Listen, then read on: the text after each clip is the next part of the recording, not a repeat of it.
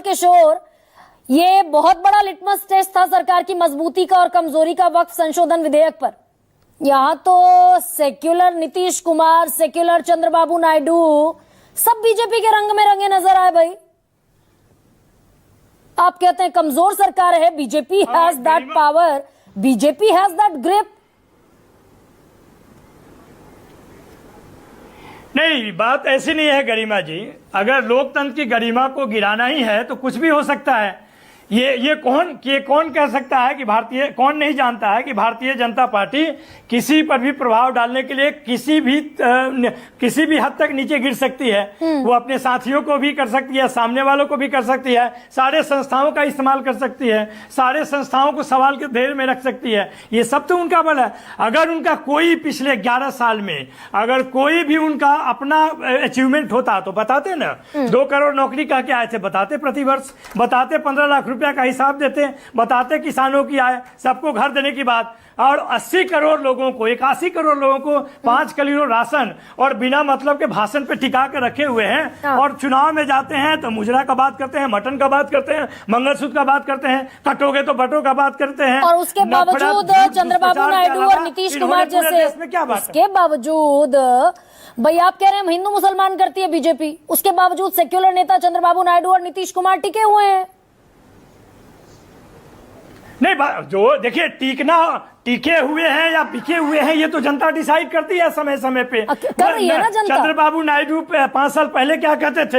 हाँ। नहीं, चंद्रबाबू पहले 5 साल पहले क्या कहते थे, नीतीश कुमार 3 साल पहले क्या कहते थे, वो भूल गए। अब तो चरण पकड़ते हैं, पैर पकड़ते हैं, कहाँ गिरते हैं, कितना गिरते हैं, कोई ठिकाना ही नहीं है। सड़न से सड़क तक उनके गिरने का इतिहास रोज खुद तोड़ते हैं। तो ये कमजोरी हुई या फिर मजबूती हुई भाई?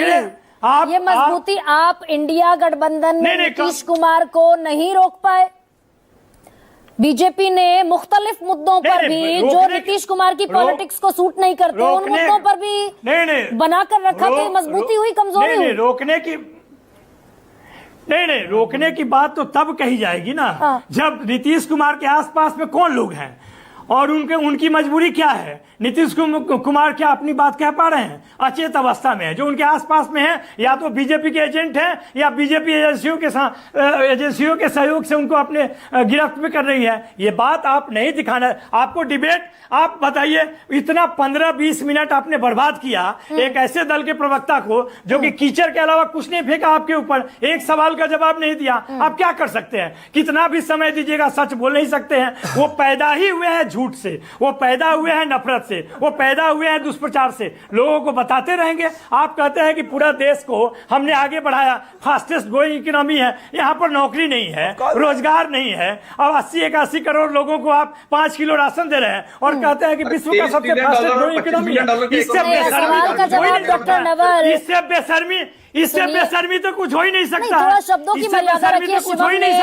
यहाँ पे मैं स्टैंड बाय शिवम के साथ करती हूँ। वो शब्दों की मर्यादा कम से कम बनाए रखिए ना। नहीं, आप बताइए, मैं मुझ पर कीचड़ फेंकना, बेशर्मी कौन सा खराब वर्ड है? आप बताइए ना, बेशर्मी कौन सा खराब वर्ड है? निशिकांत दुबे से बड़ा बेशर्म आदमी कौन होगा? गिरिराज सिंह से बड़ा बेशर्म आदमी कौन होगा? उनके भाषणों को सुन लीजिए। इनके पोस्टर बॉय हैं। मैं ना बड़े देर से दिल पर पत्थर रख के इसलिए बैठा हूं। एक तो एंकर महोदय ने आपको फ्री पास दिए लगातार, लेटरल एंट्री पर भी, सीजेआई पर भी और इस पर भी। सुनिए जरा, लगातार फ्री पास है। सबके लिए सवाल है तो सवाल बराबर होने चाहिए। शिवम त्यागी को AK-47 की गोली और आपको छोड़ देना नहीं चलेगा। नहीं, फ्री पासेस देख। एक चीज बताइए, मेरा सवाल है, मेरा आपसे सवाल है, मैं उनके बीच में नहीं बोलूँ। मुझे बस एक चीज बताइए, मुझे बस एक चीज बताइए, इस देश में लेटरल एंट्री 2014 से पहले कैसे होती थी? कैसे झुके हम? आप उस पर भी आना चाहूं। अरे शिवम रुकिए ना। लेटरल एंट्री में कोई जातिवाद नहीं था भाई। इस देश में डायरेक्ट सेक्रेटरी लेवल के लोगों को लेटरल एंट्री दी बिना जाति के।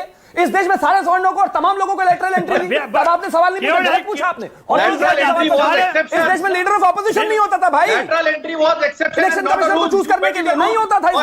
हमने किया ये, कैसी बातें कर रहे हैं? बिल्कुल गलत है। और ये तीसरा सवाल, नहीं 10 सेकंड और दे दीजिए। इन्होंने एक और चीज कही, कौन है निशिकांत दुबे से बड़ा बेशरम? मैं किसी को बेशरम नहीं मानता, भाषा गलत है। इंदिरा गांधी को सुनिए जरा, जजेस interpret the law and the evaluate case of make decisions, but they do not govern. The executive authority lies lies with the parliament and the president. आपने खुला छोड़ दिया। इन In the parliament, ये इंदिरा गांधी का सवाल जवाब है। अब ये आपने पढ़ा नहीं PCR शिवम ये की, बताना चाहती अतुल लोंडे पाटिल की और डॉक्टर नवल किशोर तीनों की आवाज बंद कीजिए। शिवम अब जरा रुकिए sir. Shivam you can not अभी रुकिए ना भाई। 2014 से पहले इस देश में कैसी थी आप नहीं जानते। शोर मचाकर आप सवाल नहीं पूछ सकते, रुकिए जरा। गलत सवाल पूछ रहे हैं मेरे सहयोगी से, क्योंकि आप बेटा होने के बावजूद डेटा छुपा रहे हैं। आप मुझे लेटरल एंट्री में बताइए 2014 से पहले कौन सी इस देश में लेटरल एंट्री होती थी जहां पर जातिगत आधार होता था? कोई एक बताइए, था ही नहीं। आप मुझे बताइए इंदिरा गांधी के समय में और सारी कांग्रेस के समय में लीडर ऑफ ऑपोजिशन नहीं होता था भाई। एक खानदान जिसको चाहता था इलेक्शन कमीशन का चीफ बना देता था। अब कहते हैं सीजीआई क्यों नहीं है? अरे कमाल बात है, एलओपी हमारे समय में आया है। और छोड़िए ये जो डेमोक्रेसी और कोर्ट की बात है, मैंने इंदिरा गांधी को पढ़ा है आपके सामने इसीलिए। कोई तरीका अगर हो सकता है मेरा ये तरीका नहीं है, मेरा ये तरीका नहीं, बट सवाल गलत है। स्टूडियो में आने का ये बिल्कुल मतलब नहीं होता शिवम त्यागी। सॉरी, मैं सॉरी, मैं अप्रोच करेंगे लेटरल एंट्री पर, रुकिए जरा। कोई इंटरेस्ट नहीं है शिवम मुझे, शिवम कोई त्यागी को इंटरेस्ट नहीं जरा एनक्रोच आवाज करने डाउन में। कीजिए। शिवम ये त्यागी, सुनिए, नहीं ये बिल्कुल कोई तरीका नहीं है एनक्रोच करने का शो को। लेटरल एंट्री पर बाकायदा जितेंद्र सिंह ने, अब सुनिए शिवम, झूठ इसके अलावा नहीं आप फिर बोलते रहिए, बोलिए। एक काम कीजिए, एंकरिंग आप कीजिए आज। एक काम कीजिए, यहाँ आकर बैठिए शिवम त्यागी, यहाँ आकर बैठिए शिवम त्यागी। इतना ही केओस, जितना केओस आप स्टूडियो में पैदा करते हैं, मेरा विरोध है। मैंने बिल्कुल गलत नहीं बोला, बिल्कुल गलत नहीं बोला, बिल्कुल गलत नहीं बोला। 45 लोगों की यूपीएससी ने भर्ती के लिए बाकायदा प्रपोजल जारी किया पब्लिक डोमेन में, और जितेंद्र सिंह को कहना पड़ा, अरे भाई जितेंद्र सिंह को, आपके मंत्री को ये कहना पड़ा कि सरकार सोशल जस्टिस को लेकर प्रतिबद्ध है, यानी कि आप सोशल अनजस्टिस कर रहे थे। एक पार्टी नहीं करती थी, सोशल अनजस्टिस कर रहे थे आप। गूगल कर ले न्यूज़ 24 के। एके वाजपेयी के दबाव में, एलजेपीआर के दबाव में आपको वापस लेना पड़ा, विड्रॉ करना पड़ा, रिवोक करना पड़ा। कोई दिक्कत नहीं है जजेस को लेकर, जो निशिकांत दुबे जी ने कहा पार्टी बिल्कुल उनके समर्थन में नहीं खड़ी, लेकिन तो एक प्रधानमंत्री होते हुए इंदिरा गांधी ने क्या कहा ये देश को पता नहीं चलना चाहिए? सुनाइए आप, उसको भी सुनाइए। उसको निकाला क्यों नहीं? सुनाइए ना डॉक्टर नवल किशोर, इंदिरा गांधी को किसी ने निकाला था क्या? वो खुद प्रधानमंत्री थी जब उन्होंने ये बयान दिया। डॉक्टर नवल पढ़िए जरा थोड़ा सा। निकाला क्यों नहीं? अरे इंदिरा गांधी को निकाला किसी ने, उसका बयान तक नहीं चला न्यूज़ 24 में, ये प्रॉब्लम है। Shivam, should I get up from नहीं, प्लीज बिल्कुल नहीं, मैं तो सवाल पूछ रहा हूँ, जवाब You are दीजिए। मुझे बिल्कुल शौक नहीं है किसी You के are पीछे not बोलने का, मैं allowing बोलता ही me नहीं to हूँ। मेरा वो स्टाइल ऑफ डिबेटिंग है ही नहीं, आप लेकिन मुझे जब चीजें गलत बोलने होंगी का मेरा बोलना मौका, मजबूरी है। धन्यवाद। आप मुझे बोलने का मौका देंगे तो मैं शो होस्ट करूं? नहीं थैंक यू, आप प्लीज मैं शो होस्ट करूं या फिर आप मेरी सीट पर आकर बैठ जाइए? मैंने कहा ना, मुझे बिल्कुल नहीं बैठना। मेरी आपकी सीट सीट पर आकर आपको बैठ मुबारक हो, भगवान आप ऐसे ही डिबेट करती रहे, लेकिन जो गलत है वो बोलूंगा, मेरी मजबूरी है।